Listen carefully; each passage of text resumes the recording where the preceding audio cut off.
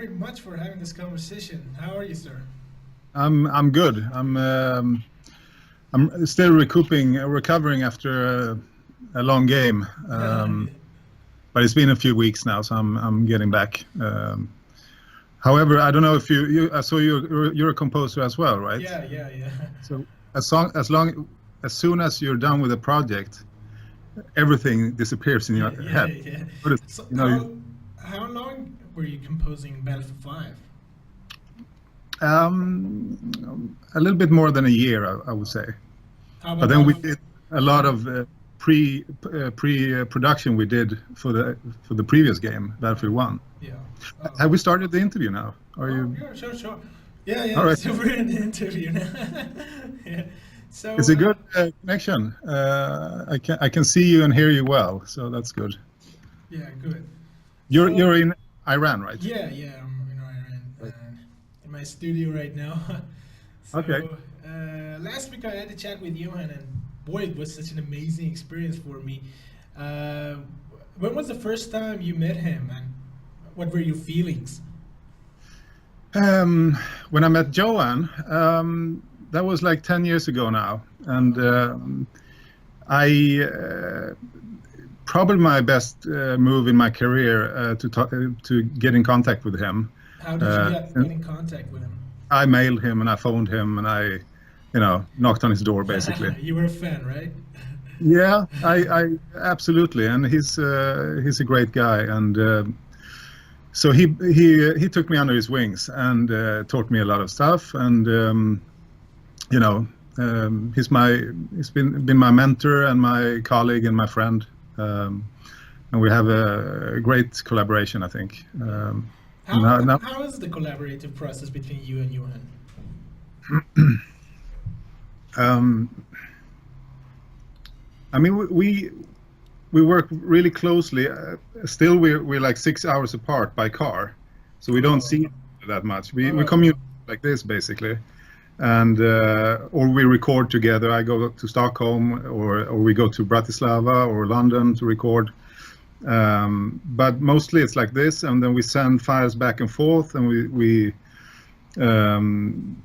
we ask, we help each other, we support each other in the composing process. So either, I have some ideas and I send it to him, and he works on them a little bit and he sends them back, and we keep sending back and forth. It's so easy to work like this, and then we talk. We yeah. talk for hours. So how do you decide what to work on? I mean, you work you work on different tracks or different part of the games, or collaboratively on just one, field. How does it work? Um, it's different for. I mean, we always ask of each other's opinion.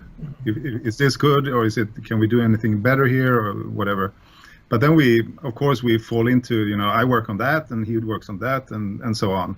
But mostly we're in tune pretty much with everything. And I would say, I mean, going back to the talking and discussing with Johan is very, it's a way to tune in our minds and our musical focus to what we want to do. And so after a few weeks of repeating and chatting and just talking it through, we're sort of in tune and know what to do basically. And then we try, what about going a little bit this way, and we can sort of support each other if we slide outside the path, so to say. All right. So is it different working on video games? I mean, your approach as a team, compared to movies. Compared to movies, there's a lot of differences. There's also a lot of similarities, I would say. And as you know, good music is good music, and when the music is good, it works basically. In video games, we mostly use layers, because in the game engine, you kind of active and deactivate layers. So Yeah. based on how the flow of the gameplay goes. So Yeah. how do you approach that? Writing music that is constantly changing in video game based on Right. the players' reactions. Yeah, I mean that's also new to us. We've been getting into that for 3 years now. We started with Battlefield 1 2015, so we've been thinking in those terms. But when we started with that, it was brand new to us, and basically what we do is that we write a good piece that has good elements, and then we try to split it up in maybe 4 different layers or something, Yeah. and then they build the engines to mix it in the game. So it's not harder than that. It's just that there have to be layers that can work by themselves, Oh yeah. and that they also can loop for a certain amount of Yeah. time before they so you don't make an ending to it. It can loop forever basically, depending on how you play the game. So that's new as well. Yeah. I like obstacles like that, technical stuff that you can sort of. Were you familiar with video games before Battlefield? Were you familiar with Battlefield series? Of course, I heard about it, and I used to play games when I was younger, but I haven't played it at all, basically. So it was brand new, and so was for Johan. I don't think he ever played a video game. Yeah, he told me. Told me his So- son is playing Battlefield. He does. But also when we work like this, we don't play it. So we sit and watch and try to get what's going on. Yeah. And a little bit like scoring a movie, you want to have, you want to bring in the contrasts or the energy at certain places. You want to add energy and take away energy and stuff like that. So we get QuickTime files and we work towards that, and then you work with all the technical stuff that's in the game. Yeah. Yeah, this is amazing because Battlefield series always have had a great balance and dynamic between music and sound effects. And I think your Battlefields have reached the peak of the series. It's melodic, emotional, and yet never contradict with DICE's amazing ability to create an immersive sound experience. How did you approach such a well sound designed game? Its sound is so perfect in this game. You don't want to ruin it with, extra music. And I love. I recently played Battlefield 5, and this is amazing because there are some huge actions, huge battlefields, and usually it's better to let the sound, motivate players to be the main character. But you approach it it made it even more visceral with music. We never attempted to write any action music or cool music or anything that feels makes it fun to play and to kill people, because that's not what it's about. We're dealing with the 2 biggest wars ever in history, and we definitely decided not to go that way. Instead we go more chaotic and more what's the word, messed up feel to it, and also sad. So you feel sadness a lot of times, and I think that's what works in this game. What I understand, people's been writing us that they've been crying and stuff when they play it. In gameplay, it's the same as in movies. We try to not conflict with what's going on, because also there's so much going on all the time. So it's so much sound, and you have to compete with the sound effects and the shots and explosions and stuff. But we want to find worlds that are sort of in the style of Battlefield, but also a little bit modern sounding, I think. In some ways, I would say. There's some sequencer stuff and some analog synths and stuff going on, but usually in a way that can't really be heard as a synth, if you know what I mean. So I like that you say that we're subtle in the way we write the gameplay music, because that's our attempt to. And then we have the big songs and the epic songs, and that makes a contrast to all the the gameplay music, I would say. Yeah.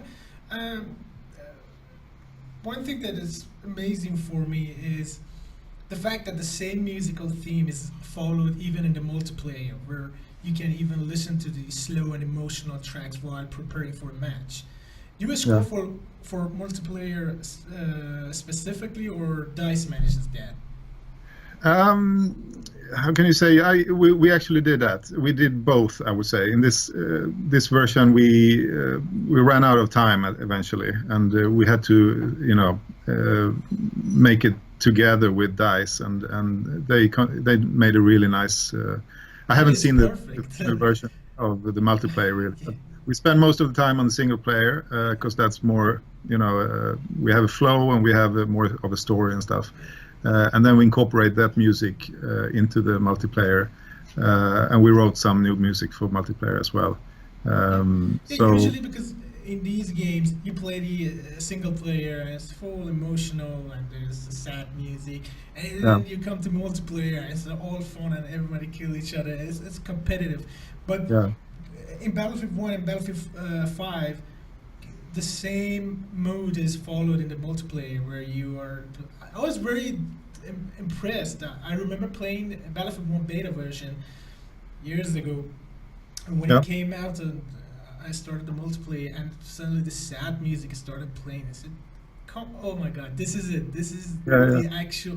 We can actually feel the harshness, the sadness of that battle, the real war, and that's really perfect. And in Battlefield 5, it's perfect. This is excellent. Music really elevates the gameplay in this in Battlefield 1 and Battlefield 5. Thank So you. yeah, great job. And I told Johan last week that you guys make me cry, man, so All much. right. What's the key to write something so emotional like the music you did for Battlefields? Um, I don't know. I mean, luck, I would say. No, but I mean, I'm glad you like the music, and we like to be in that. I think we both, me and Johan, are have a sadness in our writing somehow, and Yeah, we like yeah, that exactly. in that style. And that's what the war is about. I think it's sadness. Yeah. It's not fun. Nowhere. Yeah, especially these battlefields are more about humans involved in the battles rather than Yeah. the big wars. Yeah, and And that's actually a good point because we want to bring in the personal aspects of the people in the, and so does Dice. I asked the same question from your end. Battlefield 1 and 5 has some badass brasses. How do you mix these brasses to sound so epic? Yeah, well, I think the brass you mean is probably from Abbey Road, the best brass in the world, basically. Yeah. We asked them to do some effects, and they, had a little slur on the end, and we make Yeah. them. We just went for it. So that could be it, but probably also we mix a lot of synths in there as well. Yeah, yeah. We never. I think Johan said that too. Probably that even though we have great orchestras, we always mix them with the synth orchestra and with the synth sounds and the program stuff, just to make it something else. Yeah, add some flavor to it. Yeah, and to have a depth to it. And I think a lot of the music that we do have something in the background that a lot of times I think has a bigger meaning than you can hear, basically. So you have the melodies and the song and the orchestra and so on, but what happens underneath that is usually the stuff that gives it identity. So you have something. Maybe it's a disturbing sound. It's something that shouldn't be there, but it's sort of it gives creates a feeling that is not something you've heard before. Hopefully, So that we work a lot with that, and then when you have the big orchestra, it becomes really beautiful. But we always try to mess it up sort of with something else. Oh yeah. So, what is your DWM? What are your favorite plugins? Really hard to say. I mean, we are fans of sampling sounds ourselves. We're building from the beginning. Probably Johan said that too. That we really thorough with every project we do. We go the long way, I think, the extra mile for everything we do, and that's also a way to create inspiration and creativity. Yeah. That you record a lot of stuff. I don't know if you can see here. I have a bunch of weird instruments. That's a Brancasa, and then I have a piano frame. I don't know about there. Yeah. It's a Steinway actually, but Johan found it in a scrapyard, and I ended up with it here. So it's a great way to create sounds and just weird stuff. So we always record a lot of stuff, and then we build sounds, and then we start to create our worlds. So that's a good way to go. So what is your DAW? So then I would say EX24, EXS24. Because we sample a lot. I don't know, Universal Audio, blah blah blah. We work in Logic, we mix it in Pro Tools. I don't have any favorite plugins. We have so many, and some works better than others. I think same here with sounds. A lot of software you buy, they manage to clean the sounds a little bit too much sometimes. I think it sounds too polished, nice. So usually what we do is, we bring in some messy, out of tune stuff and maybe noisy mics and stuff. It doesn't really matter as long as you have somewhere to go, basically. So I can't really. I don't have any good answers. I'm not I'm not sponsored yet to bring out a certain software enough, but they're basically all good. It's a lot of Spitfire going on, Can you tell me about the future projects? What are you working on now? Without secret. I'm a little bit in a weird phase in my life right now because I'm on paternity leave. I have a daughter. Okay.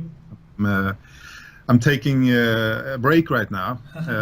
We're gonna pick up and do some more Battlefield stuff that's coming in the spring. Yeah. Super secret. Yeah. But so that's gonna happen. Probably a TV series towards the summer. And some other projects that I can't really talk about right, but it's I'm on vacation basically. Compared to what I was doing before. Do you think you ever come back to video games again? I hope so. Yeah. Absolutely. Yeah. Probably other franchises. It's gonna be amazing, man. Sweden have some great filmmakers, and I really enjoyed so much. I really enjoyed Kontiki, and the score for that was amazing. Yeah, that was perfect. I hope to see you work on video games again. So this question I asked Johan, that they say if you want to make it big, you probably want to go to LA, Hollywood. But you guys are in Sweden and you're doing a fantastic job. What do you think about that? You ever thought about moving out? Well, I think the urge is there. I would love to go there and work. And I'm at the same time, you want to be in your safe environment, sort of, where you have your instruments and the musicians and you know your tools. Yeah. So going there is really putting yourself out there. But I wouldn't mind going there at some point. And we've done a few movies over there as well from here. Yeah. So that's possible too. However, they usually want people to work in-house or in the city or something to be closer for communication. But absolutely, that's it's more about getting the films. I think it's not about being there physically, of course. It's getting a really cool film. So we'll see, maybe. Yeah, Sure. So thank you very much, Patrik. It was a pleasure Yep. talking to you, and I always admire your work, and I can't wait to experience the next journey with your beautiful music. Thank It you. was an honor, sir. Thank you very much. Thank you. No more. Catch you later. Goodbye. Bye.